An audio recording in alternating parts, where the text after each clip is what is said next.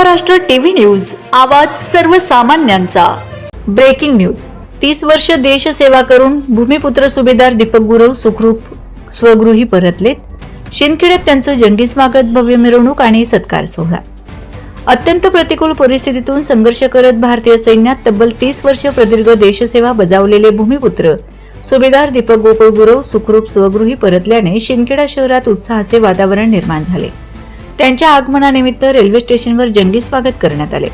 Shindkheda railway स्टेशनवर नातेवाईकांसह शेकडो कार्यकर्ते उपस्थित होते। यावेळी भारत माता की जय, वंदे मातरमची घोषणाबाजी, फटाक्यांची आतिषबाजी आणि ढोल ताशांच्या गजरात त्यांचे स्वागत करण्यात आले। त्यानंतर रेल्वे स्टेशन ते शिंदखेडा शहरापर्यंत डीजेच्या तालावर भव्य बाईक रॅली काढण्यात आली। पुढे भगवा चौकापासून शहरातील प्रमुख मार्गावरून गुरव गल्लीतील निवासस्थानापर्यंत सुभेदार दीपक गुरव यांना ओपन जीपमध्ये बसवून भव्य मिरवणूक काढण्यात आली।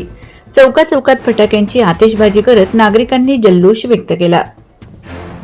यानंतर बिजासनी मंगल कार्यालयात सत्कार समारंभाचं आयोजन करण्यात आलं होतं। कार्यक्रमाला नातेवाईक, आप्तेष्ट, विविध राजकीय क्षेत्रातील मान्यवर, खानदेश रक्षक ग्रुपचे माजी सैनिक, शहरातील पत्रकार बांधव, गुरव समाजाचे नागरिक व महिला मोठ्या संख्येने उपस्थित होते।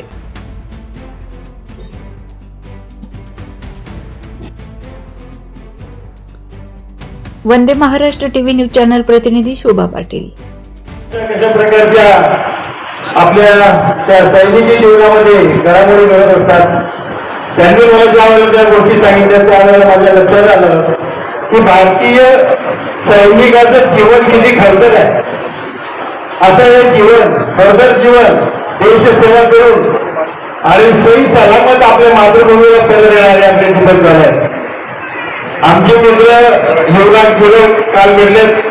त्यांनी मला सांगितलं की माझे बंधू सेवा निवृत्त होऊन येत आहेत आणि आपण आलं पाहिजे। त्यांना म्हटलं देश सेवा करून येणारे आपले जे बंधू आहेत त्यांना शुभेच्छा देण्यासाठी तर आपलं कर्तव्यच आहे। दीपकदादांना सहकार्य करणारे त्यांच्या पत्नी सहचारिणी, ज्यांना आपण असं म्हणतो, या सहचारिणी देखील त्यांच्या जीवनामधला जो सर्व अनेक प्रकारचे अडचणी असतील, प्रसंग असतील आणि आपण जी साथ देतो आपल्या पतीला ती खरोखर महत्वाची असते। आणि म्हणूनच आपण पत्नी या शब्दाला अर्धांगिनी असं म्हणतो आणि या अर्धांगिनीने सुद्धा चांगल्या प्रकारचं सहकार्य त्यांना दिलं। 31 वर्षाची सेवा पूर्ण करून ते आपल्या आज सहभागी झालेले आहेत। आमच्या दीक्षित परिवाराच्या वतीने असेल, आमच्या व्हॉइस ऑफ मीडिया पत्रकार संघाच्या वतीने असेल, आमच्या व्हॉइस ऑफ मीडियाचे राष्ट्रीय अध्यक्ष संदीप काळे सर यांच्या माध्यमातून त्यांच्या वतीने, त्याचबरोबर जळगाव जिल्हा धुळे जिल्ह्याचे विभागीय अध्यक्ष कल्पेश महाजन यांच्यातर्फे, त्याचबरोबर आमचे गोरक्षनाथ मदने साहेब यांच्या सर्वांतर्फे आणि आमच्या व्हॉइस ऑफ मीडिया शिंदखेडा तालुक्याच्या वतीने मी दादांना या ठिकाणी शुभेच्छा देतो। त्याचबरोबर त्यांचं जे भावी जीवन आहे ते यशस्वी जावो। परत त्यांच्या या ज्ञानाचा फायदा आपल्या गावातील जे तरुण आहेत, जे सैन्यामध्ये जाऊ इच्छितात, अशा तरुणांना त्यांच्याकडे मार्गदर्शन होत राहू, अशा प्रकारच्या शुभेच्छा या ठिकाणी देतो।